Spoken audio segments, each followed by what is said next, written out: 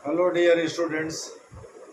मैं आज ब्लूमबर्ग को दिए गए एक इंटरव्यू में भारत के CDS chief of defence staff Anil Chauhan ने, आपको पता ही है कि जनरल बिपिन रावत पहले भारत के पहले सीडीएस हैं। सीडीएस बनाने का उद्देश्य यही था कि तीनों सेनाओं के बीच कोऑर्डिनेशन बढ़ाया जाए।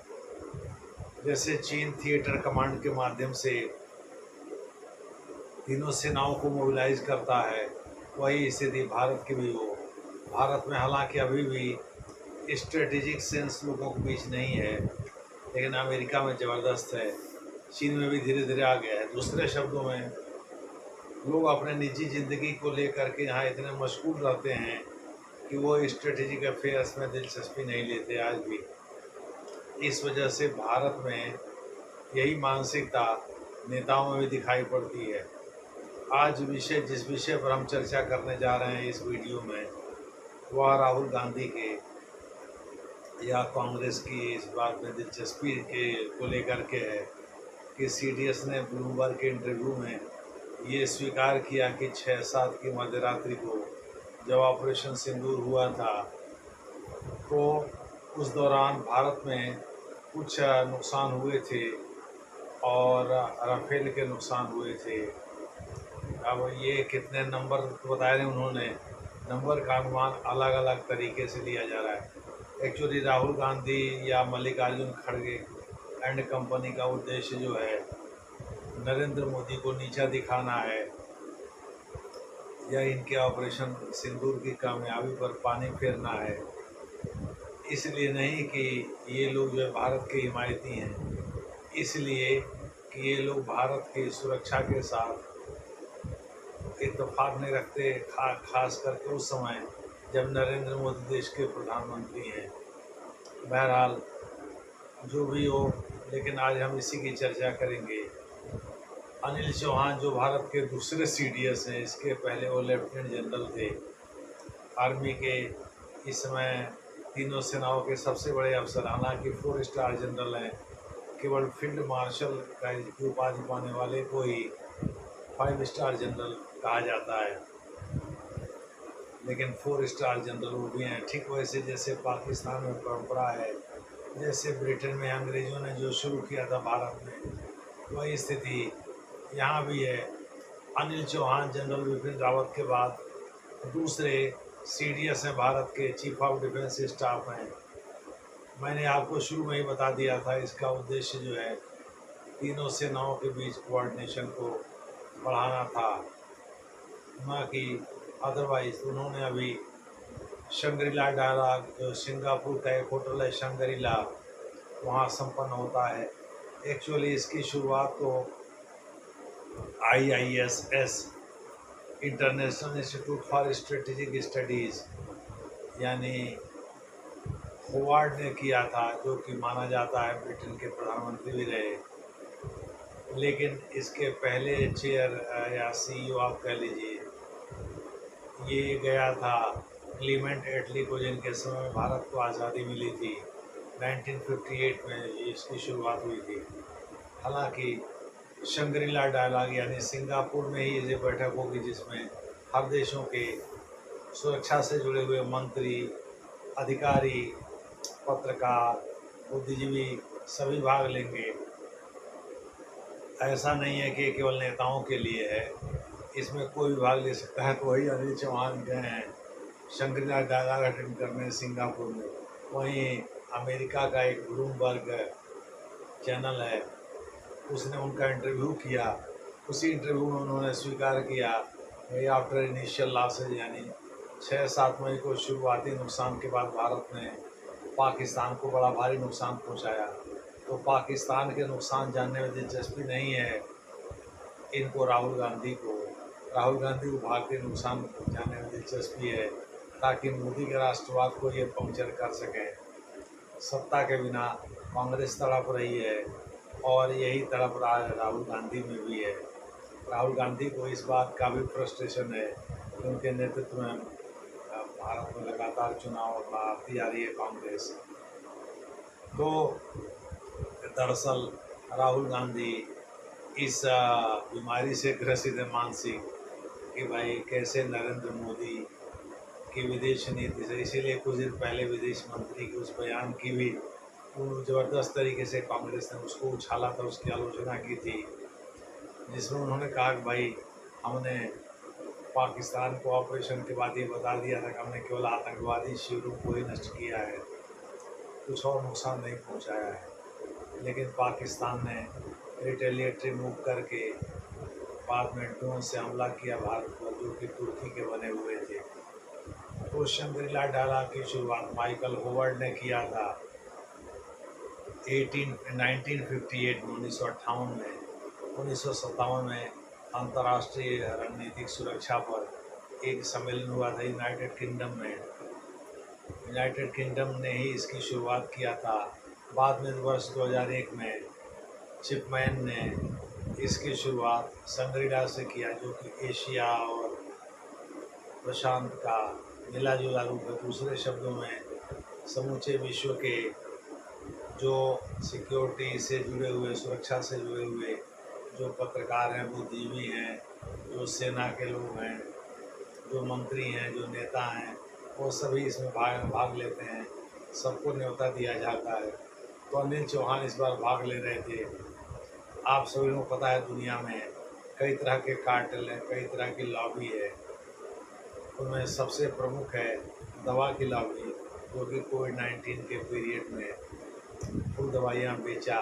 जैसे आप देख सकते हैं कुछ समय डोलो 650 जो कि पैरासीटामॉल टेबलेट है, उसकी कितनी डिमांड रही, वो कितना बिका, हर आदमी एक्स्ट्रा लेकर के अपने घर में रखा था। तो इस प्रकार से फाइजर वगैरह या ग्लेक्सो स्मिथ क्लीन वगैरह जो कि अमेरिकी फार्मा कंपनियां हैं, उन सबों ने खूब दवाएँ बेची और इससे भारी भरकम लाभ भी कमाया। कहा जाता है वहाँ के फाइजर ने वैक्सीन भी बनाया, उस वैक्सीन को अमेरिका ने खूब प्रचारित किया, पश्चिमी देशों ने उसको खरीदा भी और अपने यहाँ लगाया। लेकिन ब्रिटेन में जो विकसित किया गया कोविशील्ड और भारत में कोवैक्सीन, जो कि भारत बायोटेक ने डेवलप किया था हैदराबाद के, उसको लेकर के भले ही WHO वर्ल्ड हेल्थ ऑर्गेनाइजेशन ने कुछ निगेटिव टिप्पणी किया हो, लेकिन फिर भी भारत में ज़्यादातर लोगों ने उसे लगवाया और उसके बारे में अनाप शनाप बातें भी की जा रही हैं। कोविशील्ड के बारे में भारत में पुणे स्थित जो दवा बनाने वाली फैक्ट्री है, उसने कोविशील्ड का लाइसेंस प्राप्त किया ब्रिटेन से। ऑक्सफर्ड के वैज्ञानिकों ने इसको डेवलप किया था और फॉरेंसिक लेबोरेटरी ने पुणे में स्थित केमिकल इंडस्ट्री ने, जो कि वहाँ के डायरेक्टर हैं आधार पूनावाला, वो चलाते हैं। तो उन्होंने इसे खूब प्रचारित किया और भारत में सरकार ने मुफ्त में निःशुल्क सभी लोगों को, सभी नागरिकों को लगाया। इसका बूस्टर डोज भी लगा। इसमें बाद में ये प्रचारित किया गया कि बहुत सारे लोगों को जो हार्ट अटैक हो रहा है वो कोविशील्ड की वजह से हो रहा है, इंडियन वैक्सीन की वजह से हो रहा है। लेकिन सच्चाई कुछ और हो सकती है। बहुत सारे लोग शादी ब्याह में नाचते नाचते मर गए, या कहीं ऐसे रास्ता चलते हुए ज़मीन पर गिर कर मर गए। तो उसके लिए कोविशील्ड उत्तरदायी नहीं है। उसके लिए जो आपाधापी वर्तमान की तनाव है वह उत्तरदायी है। कदम कदम पर यहाँ तनाव है, हर जगह तनाव है, हर जगह टेंशन है। इसकी भी एक वजह हो सकती है। वजह इससे निजात पाने के इस चीज़ पर बल दिया गया कि भाई कोविशील्ड के कारण ही ऐसा हो रहा है, जबकि कोविशील्ड ऐसा कुछ नहीं है। कोविशील्ड जांच में सबसे सुरक्षित एंटी कोविड वैक्सीन के रूप में सामने आया था और इसे ज़्यादातर लोगों ने लगाया था। तो आधार पूनावाला, जो कि पुणे में दवा उत्पादन का एक बहुत बड़ा उद्योग चलाते हैं, प्राइवेट इंडस्ट्री है, नरेंद्र मोदी ने उसको विजिट भी किया था। खैर, तो यूनाइटेड किंगडम जो है ने लीड लिया इसमें और माइकल होवर्ड ने इसकी शुरुआत 1958 में किया। 1957 में इससे रिलेटेड एक शिखर बैठक भी हुई थी। क्लीमेंट एटली, ब्रिटेन के पूर्व प्रधानमंत्री लेबर पार्टी के, उन्होंने इसमें शिरकत किया था। खैर, कहने का जो तात्पर्य है वो ये है कि भले ही ब्रिटेन ने इसकी शुरुआत की, लेकिन एशिया तक इसको फैलाने का काम चिपमैन ने किया, जो कि IISS के डायरेक्टर थे 2001 में, और 2002 से ये नियमित रूप से वह इसकी बैठक होती रही है। सिंगापुर के होटल शंग्रीला में यह 22वीं शिखर बैठक है, जिसमें शिखर बैठक क्या है, 22वीं बैठक है, जिसमें अनिल चौहान भाग ले रहे थे, भारत के जो वर्तमान CDS हैं। और उन्होंने ही सिंगापुर में ब्लूमबर्ग टीवी को एक इंटरव्यू में कहा कि भाई 6-7 मई की रात को हमने शुरुआत में कुछ नुकसान उठाया, लेकिन उसके बाद रिटेलिएटरी मूव के रूप में पाकिस्तान को भारी भरकम लॉस उठाना पड़ा। हालांकि उन्होंने कोई नंबर नहीं बताया, लेकिन कांग्रेस पाकिस्तान की भाषा बोल रही है, कह रही है 6-7 राफेल मार गिराए गए, सुखोई का नाम नहीं ले रही है, क्योंकि चीन की लॉबी, मैं लॉबी की बात कर रहा था, फार्मा लॉबी की बात, शस्त्र लॉबी ही आती है, अस्त्र शस्त्र की लॉबी आती है, जो कि अपने प्रचार प्रसार, जैसे चीन जो है इस समय चाह रहा अमेरिका को पीछे छोड़ना, तो चीन और अमेरिका वैसे पर्दे के पीछे तो मिले हुए, पाकिस्तान के पीछे दोनों आकर के मिल गए हैं, लेकिन दोनों जगह अपने अपने शस्त्र की लॉबी है। अरे दुनिया में 3 ही 4 देश हैं ऐसे हैं जो शस्त्र लॉबी चलाते हैं, जिसके ज़्यादातर लोग दूसरे देशों में मुखौटा काम करते हैं। ऐसा मानना है BJP का कि राहुल गांधी चीन के लिए काम कर रहे हैं, चूँकि भारतीय एयर डिफेंस सिस्टम ने चीनी PL-15E जैसे मिसाइल को मार गिराया, जो कि बहुत ताकतवर मिसाइल मानी जाती है, जिस पर अध्ययन भी हो रहा है, जिसका मलबा जापान वगैरह भी मान रहे हैं। तो संभव है कि राहुल गांधी चीन की लॉबी के लिए काम कर रहे हों, जो कि अस्त्र शस्त्र बेचने में लगी हुई है। अमेरिका की भी यही लॉबी है, अस्त्र शस्त्र बेचने में लगी हुई है। तो भारत जो है फ्रांस या रूस से S-400 तो खरीद रहा है, पक्का है। S-500 और Su-57 जो 5th जनरेशन फाइटर क्राफ्ट है, उस पर बातचीत हो रही है, वो सस्ता है और उस टेक्नोलॉजी ट्रांसफ़र के लिए भी एग्री कर गया। हालांकि भारत की सुई अभी भी राफेल पर, जो डसाल्ट बनाती है फ्रांसीसी कंपनी, उस पर अटकी हुई है। F-35 और F-21 लड़ाकू विमानों को भारत अमेरिका से नहीं खरीदना चाहता।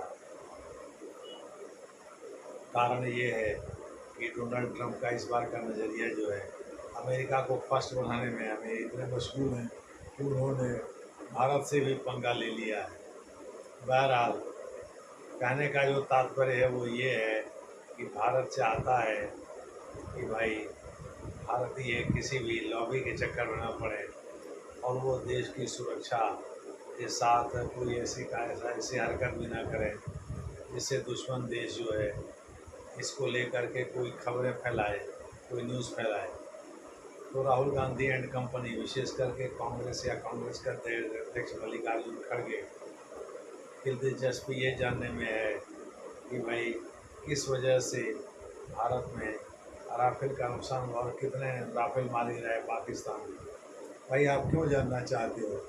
जाहिर है नरेंद्र मोदी के, जो उन्होंने भारत का नाम रोशन किया विदेशों में, या उनके विदेशी नीति को धत्ता बताना, देश के भीतर राष्ट्रवाद की लहर को पंक्चर करना या कमज़ोर करना, ये राहुल गांधी का उद्देश्य है। इसी उद्देश्य को ध्यान में रख करके शायद राहुल गांधी और कांग्रेसी जयराम रमेश हुए या मल्लिकार्जुन खड़गे हुए सभी काम कर रहे हैं। कुछ अन्य कांग्रेसी जैसे पवन खेड़ा वगैरह इस मामले को हवा दे रहे हैं, आगे बढ़ा रहे हैं। देखना है इस मामले में और क्या होता है आगे। जैसा होगा वैसा आपसे शेयर किया जाएगा। तब तक आप चैनल को लाइक, सब्सक्राइब और शेयर किया करें। धन्यवाद।